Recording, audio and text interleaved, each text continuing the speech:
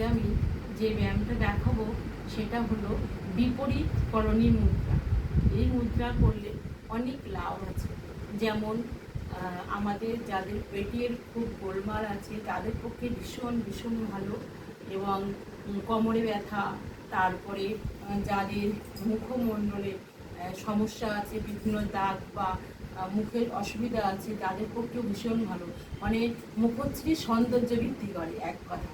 এই ব্যায়ামটা ভীষণ ভালো, এবং রেগুলার সকাল কিংবা বিকাল একটু একটু করে করতে হবে। তাহলে শুরু করা যাক।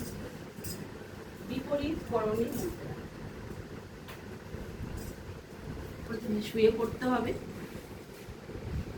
তারপরে আস্তে আস্তে করে পা এরকম করে একটু তুলতে হবে।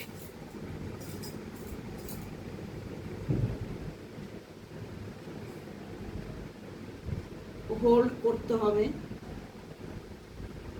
1 2 3 4 5 6 7 8 9 10 11 12 13 14 15 16 17 18 19 20।